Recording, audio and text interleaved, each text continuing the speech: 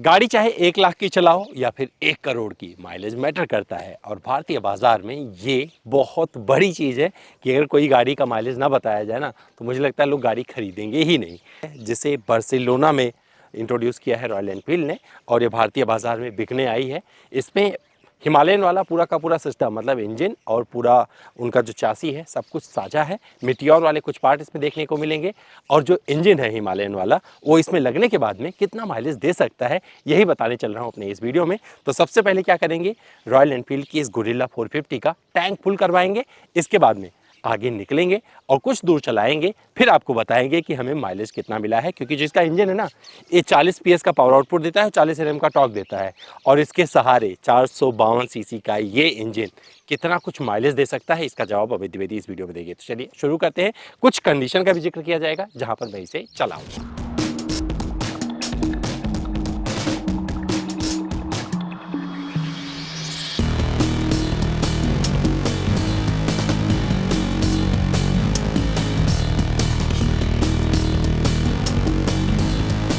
तो mileage run जो है मेरा हो चुका है ऑलमोस्ट, बट मैंने किया क्या क्या है ये आपसे साझा करते हुए फिर इस माइलेज का जो नतीजा निकला है वो बताएंगे।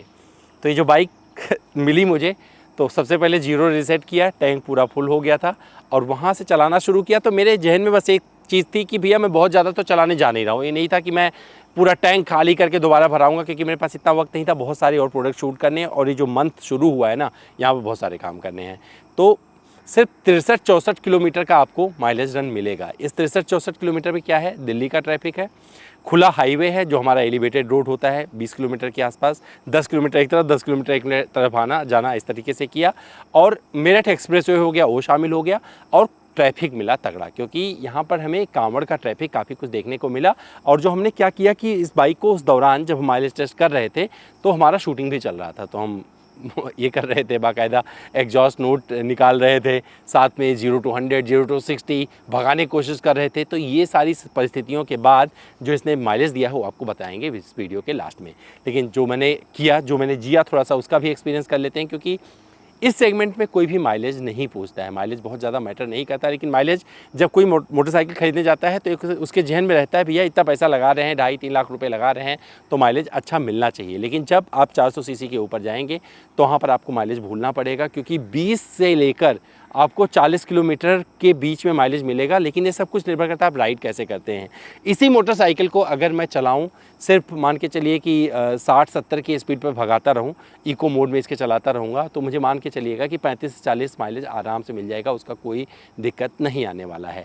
लेकिन जब आप इसी मोटरसाइकिल को भगा रहे होंगे, 100 कर रहे होंगे, 100+, 110-20 कर रहे होंगे, तो वहाँ पर माइलेज आपको भूलना ही पड़ेगा। जो परिस्थितियाँ और रहीं, कुछ ऊबड़ खाबड़ रास्ते रहे, ख़राब रास्ते रहे, से वहाँ होके हम निकले, कुछ टाइम ये गाड़ी खड़ी रही, स्टार्ट होके, क्योंकि हम शूट कर रहे थे, बहुत सारी चीज़ें और करने की कोशिश कर रहे थे।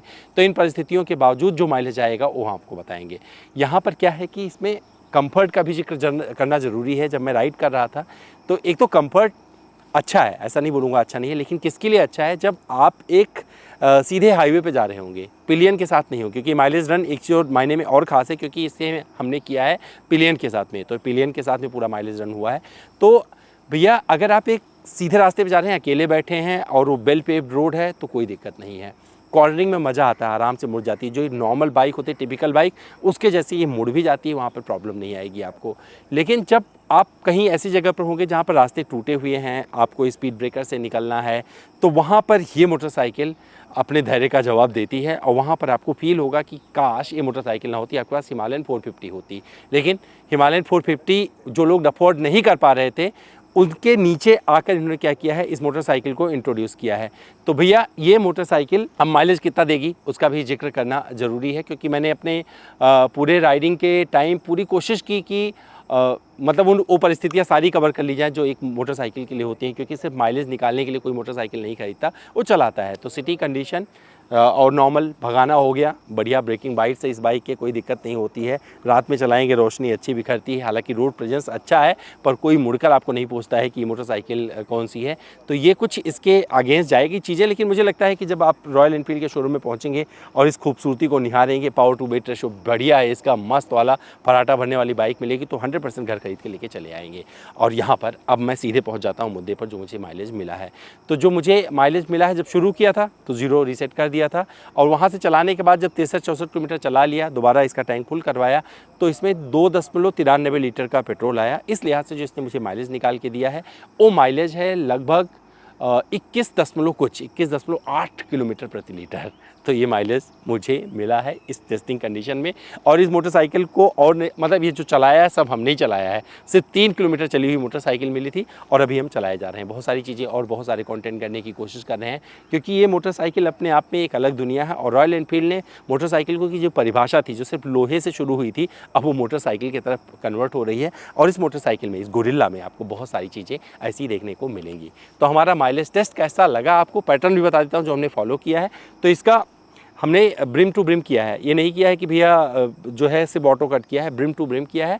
तो उस सिस्टम के आधार पर आपको ये माइलेज जो मिला है मुझे, वो मैंने बताया है। आपको हमारा वीडियो कैसा लगा कमेंट करके जरूर बताइएगा। इंतजार कर रहे हैं कमेंट बॉक्स में। ऐसे और वीडियोज़ के लिए जुड़े रहिए, देखते रहिए पावर ऑन व्हील। और आपसे यही रिक्वेस्ट करूँगा कि हमारे जितने भी प्लेटफॉर्म है, हमारा इंस्टा हैंडल है पावर ऑन व्हील, हमारा फेसबुक है पावर ऑन व्हील, वहाँ हमको जाकर फॉलो करिए, जिससे हमारे सारे नोटिफिकेशन आपको मिलते रहें। तो चलिए, बहुत सा ध्यान रखिएगा, फिर मिलते हैं किसी और वीडियो में।